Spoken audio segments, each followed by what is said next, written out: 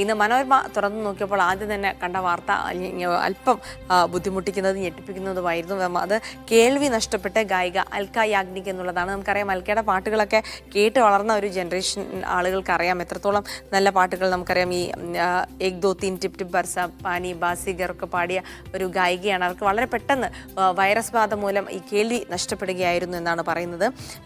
അപ്പോൾ അവർക്കിനി, അല്ലെങ്കിൽ അവർ പാടിയിരുന്നത് നമുക്ക് കേൾക്കാൻ വേണ്ടിയിട്ടാണ്, അവർക്ക് കേൾക്കാൻ വേണ്ടിയിട്ടല്ലല്ലോ എന്ന് പറഞ്ഞുകൊണ്ടാണ് ഈ മനോരമ തുടങ്ങുന്നത് തന്നെ. പക്ഷേ അതൊരു വളരെ സങ്കടകരമായ വാർത്തയാണ്. അപ്പോൾ അവർ പറയുന്ന ഒരു പ്രധാനപ്പെട്ട കാര്യമുണ്ട്.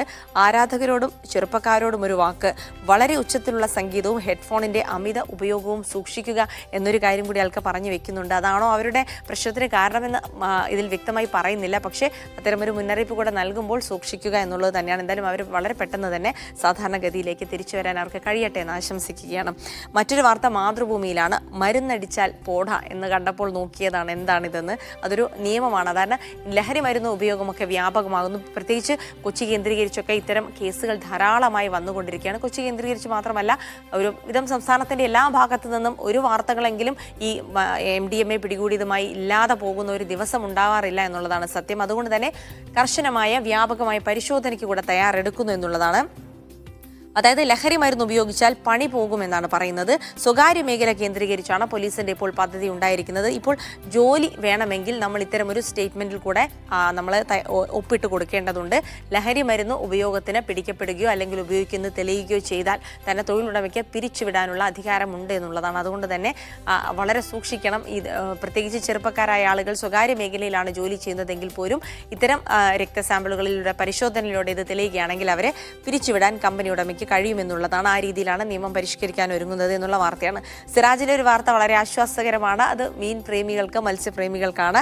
മത്തിയെ ലാനിനെ തിരിച്ചെത്തിക്കുമെന്ന് പറയുന്നുണ്ട്. മത്തിക്ക് വില കൂടി, മത്തി കിട്ടാനില്ല എന്ന് പറഞ്ഞ് ഷിതയും അപ്പോൾ തന്നെ നമ്മുടെ സാന്ത്വനയും ഒക്കെ അവിടെ വലിയ ബഹളം വെച്ചിരുന്നതാണ്. ഇനിയിപ്പോൾ മത്തി തിരിച്ചു വരാൻ ഒരുങ്ങുന്നു. മത്തി ഒന്ന് ആഴക്കടലിലേക്ക് പോയതാണെന്നാണ് പറയുന്നത്. തിരിച്ച് മേളിലേക്ക് തന്നെ വരുമെന്ന് പറയുന്നു. കാരണം മുൻപ് നമുക്കറിയാം എൽനിനോ പ്രതിഭാസം ഉണ്ടായിരുന്നു. അത് ഈ സമുദ്രോപരിതലത്തിൽ വലിയ തരത്തിലുള്ള ചൂട് കൂടിയിരുന്നു. മത്തിക്കാണെങ്കിൽ നമ്മുടെ പോലെ തന്നെയാണ് കേട്ടോ. അധികം ചൂടിലൊന്നും ഇങ്ങനെ ജീവിക്കാൻ കഴിയില്ല. ഒരു 26-27 മാക്സിമം ഡിഗ്രിയൊക്കെ മത്തിക്ക് സഹിക്കാൻ പറ്റും. പക്ഷേ 28-32 വേനൽക്കാലത്ത് എത്തിയതോടുകൂടെ മത്തി എന്ത് ചെയ്തു? അടിയിലേക്ക് പോയി.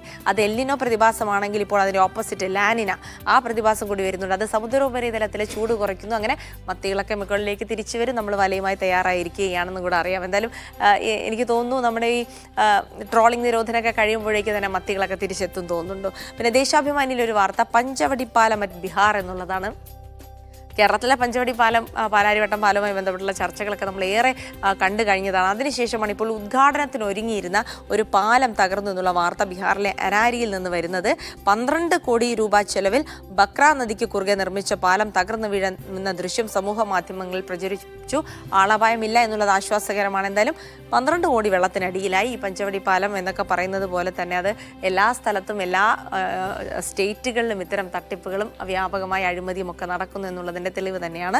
മറ്റൊന്ന് മാധ്യമത്തിലെ വാർത്ത വളരെ പ്രാധാന്യമുള്ളൊരു വാർത്തയാണ്. ജപ്പാനിൽ അപകടകാരിയായ ബാക്ടീരിയ പടരുന്നു എന്നുള്ളതാണ്. ഈ വർഷം ജൂൺ 2 വരെ 977 പേർക്ക് രോഗം ബാധിച്ചു എന്നുള്ളതാണ്. വായിച്ചപ്പോൾ തന്നെ വളരെ അപകടകരമായ ഒരു ബാക്ടീരിയ ആണെന്ന് തന്നെ മനസ്സിലായി. കാരണം ഈ ബാക്ടീരിയ രോഗബാധയുണ്ടായി 48 മണിക്കൂറിനുള്ളിൽ മരണം സംഭവിച്ചേക്കാവുന്ന രോഗമാണ് എന്നാണ്. ഇതിനെതിരെ ജാഗ്രത പാലിക്കണം. പ്രത്യേകിച്ച് ജപ്പാനിലാണ് ഇപ്പോൾ ഇത് റിപ്പോർട്ട് ചെയ്തിട്ടുള്ളെങ്കിൽ നമുക്കറിയാം ഈ കോവിഡ് പോലെയുള്ള രോഗങ്ങൾ എത്ര പെട്ടെന്നാണ് ലോകത്തിൻ്റെ വിവിധ ഭാഗങ്ങളിലേക്ക് പടർന്നത്. അതുകൊണ്ട് തന്നെ ഈ ബാക്ടീരിയയ്ക്ക് ഒരു വലിയ പേരൊക്കെ ഇട്ടിട്ടുണ്ട്. അത് വായിക്കുന്നത് വലിയ ബുദ്ധിമുട്ടാണ്. അണുബാധയ്ക്ക് സ്ട്രെപ്റ്റോകോക്കൽ ടോക്സിക് ഷോക്ക് സിൻഡ്രോം എന്നാണ് പേരിട്ടിരിക്കുന്നത് കേട്ടോ. അത് അതുമായി ബന്ധപ്പെട്ടുള്ള വാർത്തകൾ കൂടിയുണ്ട്. അപ്പം മംഗളത്തിലേത് വെള്ളിയാഴ്ചയോടെ മഴ തീവ്രമാകുമെന്നാണ്. കാലവർഷം എത്തിയിട്ടുണ്ടെങ്കിൽ പോലും എനിക്കറിയാം ഈ വടക്കൻ കേരളത്തിലേക്കൊക്കെ വരുമ്പോൾ അത്രത്തോളം ശക്തമായ മഴ കാലവർഷത്തിൻ്റെ ഭാഗമായി ലഭിച്ചിട്ടില്ല.